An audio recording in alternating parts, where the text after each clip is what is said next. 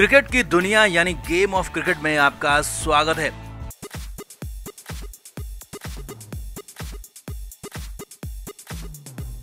Team India ने लखनऊ में खेले गए दूसरे टी20 मुकाबले में न्यूजीलैंड को हरा दिया। 6 विकेट से जीत कागजों में बहुत बड़ी लग रही है, लेकिन ये जीत बेहद मुश्किल थी। जी हां, संभव थी, और वो भी तब जबकि न्यूजीलैंड की टीम सिर्फ 99 रन ही बना पाई थी। जी हां, 99 रन के बाद भी भारत हार जाता। आखिरी ओवर में तो खेल हो ही गया था। हार्दिक पांड्या, सूर्य कुमार यादव लगभग आउट हो गए थे। हर बॉल पर यहां बाजी पलटती रही, लेकिन फिर अंत में सूर्य कुमार यादव ने अकेले जादू नहीं किया, बल्कि एक और चीज भी हुई। जी हां, 5वीं बॉल पर हुआ चमत्कार, और अचानक जिस मैच में या तो भारत की हार या फिर सुपर ओवर दिख रहा था, वो मैच टीम इंडिया जीत गई। तो दिखाते हैं वो आखिरी पूरा ओवर जो सबसे ज्यादा रोमांचक था इस पूरे मैच में। आप इस वीडियो को शेयर करें और कमेंट बॉक्स में भारत की जीत पर इस आखिरी ओवर पर कमेंट जरूर करें। तो न्यूजीलैंड की टीम ने बड़ी मुश्किल से 99 रन लखनऊ की पिच पर बनाए, तो कई दर्शकों ने टीवी सेट बंद कर दिए थे, क्योंकि जीत यहां पर भारत की पक्की लग रही थी। सभी को लगा कि आसानी से मैच जीत जाएंगे, लेकिन बेहद ही ज्यादा यहां पर मुश्किल था रन बनाना। 100 रन बनाने में टीम इंडिया के सारे अस्त्र शस्त्र बेकार हो गए, पसीना छूट गया। जो सूर्य कुमार यादव अपने छक्कों के लिए जाने जाते थे, पूरे मैच में एक भी छक्का नहीं लगा पाए और मैच आखिरी ओवर तक पहुंच गया। जी हां, 100 रन के लिए भी मैच आखिरी ओवर तक पहुंच गया, और आखिरी 6 बॉल पर भारत को जीत के लिए 6 रन ही बनाने थे। अभी बेहद मुश्किल लग रहे थे, क्योंकि 6 बॉल पर 6 रन बनाना इस पिच पर हर बॉल पर छक्का मारने के बराबर था। न्यूजीलैंड के लिए टिकनर बॉलिंग पर आया और स्ट्राइक पर खड़े हार्दिक पांड्या ने पहली बॉल पर 1 रन ले लिया। बेहद मुश्किल से हार्दिक ये शॉट मार पाए। अब भी रन बॉल ही था, लेकिन मामला फंसा हुआ था। अब दूसरी बॉल पर सूर्य कुमार यादव शॉट नहीं मार पाए। जी हां, बॉल डॉट हो गई और यहीं पर मैच भारत के हाथ से फिसलने लगा, क्योंकि किसी भी बॉल पर 1 से ज्यादा रन बना पाना संभव ही नहीं हो रहा था। और एक डॉट बॉल का मतलब यही था कि या तो भारत की हार होगी या फिर सुपर ओवर होगा। और हार्दिक पांड्या तुरंत यहां पर सूर्य कुमार यादव के पास गए, सूर्या को समझाया।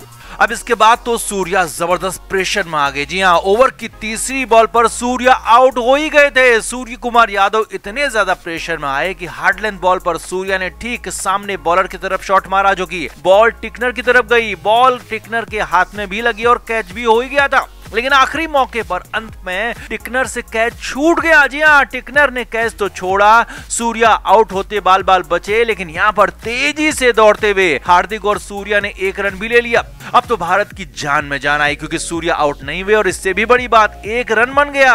अब चौथी बॉल पर हार्दिक पांड्या सामने थे। हार्दिक भी जबरदस्त प्रेशर में थे, क्योंकि 1-1 रन बनाना एवरेस्ट पहाड़ चढ़ने जैसा मुश्किल हो रहा था। अब 3 बॉल में 4 रन बनाने थे, और टिकनर ने एक और जबरदस्त बॉल डाली। हार्दिक ने शॉट तो मारा, लेकिन बॉल सीधे मिड ऑन पर खड़े खिलाड़ी के हाथ में चली गई, और उसने तुरंत बॉल को उठाकर फेंका। अब ये नॉन स्ट्राइकर एंड पर डायरेक्ट थ्रो लगा नहीं। जी हां, हार्दिक पांड्या क्रीज से मीलों दूर थे। अगर ये डायरेक्ट थ्रो यहाँ पर हो जाता तो हार्दिक का वहीं पर काम तमाम हो जाता, मगर ना तो थ्रो विकेट्स पे लगा, और ना ये टिकनर जो कि विकेट से काफी दूर खड़े वो बॉल को पकड़ पाए ढंग से। और यहाँ पर अगर वो भी विकेट पर होते तो हार्दिक पांड्या रन आउट हो जाते, मगर ऐसा हुआ नहीं। हार्दिक पांड्या भी आउट होते होते बाल बाल बच गए, यानी कि किस्मत भी पूरी तरह से भारत की साथ थी। और सबसे बड़ी बात, एक और रन यहाँ पर बन गया था। जी हां, पिछले 2 बॉल में एक भी रन नहीं बनता और 2 विकेट होने वाले थे, मगर दोनों बातें भारत के पक्ष में गई। दोनों विकेट भी बच गए और 2 रन भी बन गए। अब 2 बॉल पर 3 रन की जरूरत थी। मुश्किल अब भी थी, क्योंकि शॉट लग ही नहीं रहे थे। अब सूर्य कुमार यादव सामने थे। ओवर की 5वीं बॉल थी। अब चमत्कार की बारी थी, क्योंकि अभी तक किस्मत ने पूरा भारत का साथ दिया था, और अब बारी सूर्या के जादू की थी। न्यूजीलैंड ने सारी फील्ड सिंगल बचाने के लिए खड़ी कर दी थी, और ऑफसाइड में पटकी भी 5वीं बॉल टिकनर ने डाली, जिसमें सूर्या ने मिड ऑफ के ऊपर से बॉल को मार दिया, और सीधे कोई वहां पर फील्डर पीछे नहीं था, और बॉल बाउंड्री से बाहर चली गई। चौका हो गया, टीम इंडिया मैच जीत गई। जी हां, 99 रन पर भी जो भारतीय टीम हार रही थी वो यहां पर जीत गई। सूर्या ने तो जबरदस्त शॉट मारा ही, और ये सूर्या की पारी का पहला चौका था। जी हां, इस पूरे मैच में सूर्या अब तक कोई चौका या फिर छक्का मार नहीं पाए थे, और आखिरी बॉल में चौका आया तो अंदाजा लगाया जा सकता है कि पिच कितनी मुश्किल थी। मगर रोलर कोस्टर राइड की तरह यह आखिरी ओवर रहा, जिसमें हर बॉल पर बाजी पलटती रही, और अंत में टीम इंडिया ने जीत दर्ज की, न्यूजीलैंड को हरा दिया। और इसमें सबसे बड़ी बात, बेहद मुश्किल पिच पर भारतीय बैटर्स ने तो कमाल दिखाया, साथ ही साथ किस्मत ने भी पूरा साथ दिया। जी हां, अगर किस्मत यहां पर भारत के साथ नहीं होती तो ये मैच टीम इंडिया 99 रन पर भी हार जाती है, साफ साफ दिख रहा था। तो इस पूरे ओवर पर आपका क्या कहना है, आप भी कमेंट बॉक्स में अपनी राय जरूर दें, और वीडियो को अभी के अभी शेयर भी करें। तो टीम इंडिया की तथाकथित युवा और जोशीली टीम मैच हार गई। जी हां, और उसी न्यूजीलैंड से जिसे वनडे सीरीज में टीम इंडिया ने रोहित के लड़ाकों ने बुरी तरह से धो दिया था। लेकिन यहां युवा खिलाड़ियों के साथ उतरी टीम ढेर हो गई, हार गई। हार भले 21 रनों की थी, लेकिन ये सिर्फ वॉशिंगटन सुंदर की वजह से हो पाया, नहीं तो हार बहुत बड़ी होती। सुंदर ने पहले बेहतरीन गेंदबाजी की, अद्भुत फील्डिंग की और फिर 25 बॉल में 50 ठोककर भारत की इज्जत बचाई। अब इस मैच में 5 खिलाड़ी ऐसे रहे जो कि मैच के मुजरिम है, हार के जिम्मेदार हैं। सबसे पहला नाम अर्शदीप सिंह। जी हां, अर्शदीप सिंह को जितना कोसा जाए वो कम है। वो इसलिए नहीं क्योंकि अर्शदीप ने 4 ओवर में 51 रन लुटाए, बल्कि उनकी लगातार बढ़ती नो बॉल भारत के लिए सबसे बड़ी समस्या है, सबसे बड़ा सिरदर्द है। और उसी नो बॉल और उसके चलते मिली फ्री हिट में ही आखिरी ओवर में अर्शदीप सिंह ने 27 रन लुटा दिए और वही आखिरी ओवर भारत पर भारी भी पड़ गया। अर्शदीप सिंह इस मैच में भारत की हार के सबसे बड़े विलन है, सबसे बड़े मुजरिम है। अब अर्शदीप सिंह को या तो सुधरना होगा या फिर टीम से बाहर जाना होगा।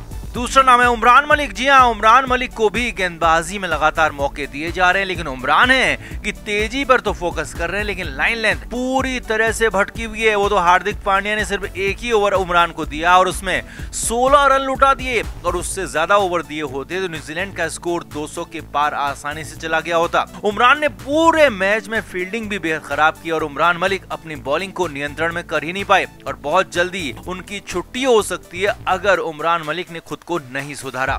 मैच में भारत की हार के तीसरे मुजरिम है खुद कप्तान हार्दिक पांड्या। जी हां, पांड्या ओवर कॉन्फिडेंस का, आत्ममुग्धता का और एरोगेंसी का इतना ज्यादा शिकार है कि खुद से बाहर निकल ही नहीं पाते। हार्दिक पांड्या ने गेंदबाजी की शुरुआत की और खूब रन लुटाए, और उसके बाद हार्दिक आगे भी रन लुटाते रहे, लेकिन बॉलिंग पर बॉलिंग करते रहे, ओवर पर ओवर जाते रहे। जबकि मेन बॉलर शिवम मावी से सिर्फ 2 ही ओवर कराए और वो भी बिल्कुल आखिर में जाकर। लेकिन हार्दिक पांड्या जबरदस्ती खुद को बॉलिंग में झोंकते रहे और रन लुटाते रहे। और बल्लेबाजी की जब बारी आई तो हार्दिक पांड्या वहां भी फेल हो गए। पहले तो बेहद धीमा खेले, रन रेट को बढ़ने दिया, और फिर जब रन रेट खासा बढ़ गया, प्रेशर बढ़ गया, तो आउट हो गए खुद। और सूर्या को इतने ज्यादा प्रेशर में डाल दिया कि सूर्य कुमार यादव भी आउट हो गए और भारत वहीं पर मैच हार गया।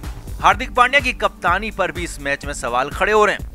टीम इंडिया की हार के चौथे मुजरिम है ओपनर ईशान किशन। जी हां, अब ये बात समझ नहीं आ रही कि ईशान किशन कब तक उस बांग्लादेश वाले दोहरे शतक की खाना चाहते हैं। उस पारी के बाद कई मौके किशन को मिल चुके हैं, लेकिन एक भी मौका ऐसा नहीं है जबकि ईशान किशन ने रन बनाए हो। हर बार बार ईशान किशन ढेर हो रहे हैं और ज्यादातर बार तो अपना विकेट गिफ्ट कर रहे हैं। अब ऐसे खिलाड़ी को ऋषभ पंत या फिर संजू सैमसन का विकल्प बताना और बनाना बेहद गैर जिम्मेदार फैसला साबित हो सकता है, और ईशान किशन से तो हो नहीं पा रहा, ये साफ साफ दिख रहा है। अब उन पर बहुत जल्द बहुत बड़ा फैसला हो सकता है। टीम इंडिया के लिए 5वें मुजरिम है शुभमन गिल। जी हां, वनडे सीरीज के हीरो शुभमन गिल T20 में आते ही फिर से फुस हो गए हैं। पिछली श्रीलंका सीरीज में भी गिल T20 मैचों में फेल हो गए थे और यहाँ भी वो सिलसिला जारी रहा। गिल पहले सेट होते हैं वनडे मैचों में और फिर उसके बाद बड़ी पारियां खेलते हैं, लेकिन यहाँ T20 में ऐसा वो कर नहीं पा रहे हैं। तेजी से खेलने के फेर में आउट हो रहे हैं, लिहाजा गिल को अपनी अप्रोच सुधारनी होगी, नहीं तो उनके लिए भी T20 वाले रास्ते मुश्किल हो सकते हैं, आगे बंद भी हो सकते हैं।